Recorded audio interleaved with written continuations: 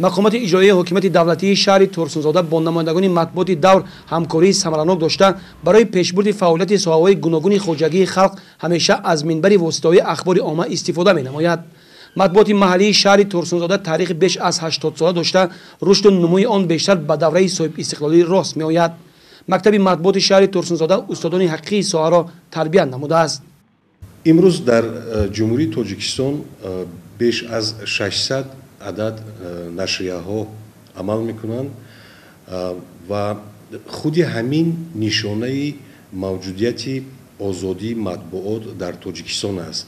چرا؟ چون که قسمتی ارشد قسمتی بیشتری همین بیش از 600 عدد نشریه‌ها رو نشریه‌های خصوصی تشکیل می‌کنند. این نشانه اون است که حکومت جمهوری تاجیکستان پیشوای معظم ملت برای رشد ساحه مطبوعات در کشور امکانات‌های زیاد فراهم آوردند و با استفاده از این امکانات‌ها امروز ساحه مطبوعات فعالیتی خوب دارند. در دوران صاحب استقلالی مملکت امروزها در شهر ترسونزاده 3 نشریه، دیار ترسونزاده، الومینی تاجیکستان، هدایت، 2 مجله، نوری معرفت و تیبی بوالی، تلویزیون محلی ریگر، رادیوی محلی صدای آسیا و رادیوی کارخانه وادی دولتی شرکت الومین تاجیک فضای اطلاعاتی شهر را پررو می‌نماید. بخشتر بر روز مطبوعات تاجیک از جانب رهبریت مقامات اجرایی حکومت دولتی شهر ترسونزاده به کارمندان هفته‌نامه و مجله‌های حدود شهر سپاسنامه و تحفه داده شد.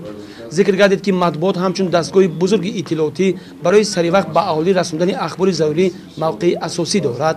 اهل قلم را میباید صلح و امنیت و آرامی و ثبات جامعه، فرهنگ ملی، رسم و آیین‌های مردمی و عنعنه‌های نیک نیاگان را ترغیب نموده در تربیت نسل آینده‌ساز، تطبیق زبان دولتی و تربیت سیاسی و فرهنگی شهروندان سهم ارزنده خود را گذارند.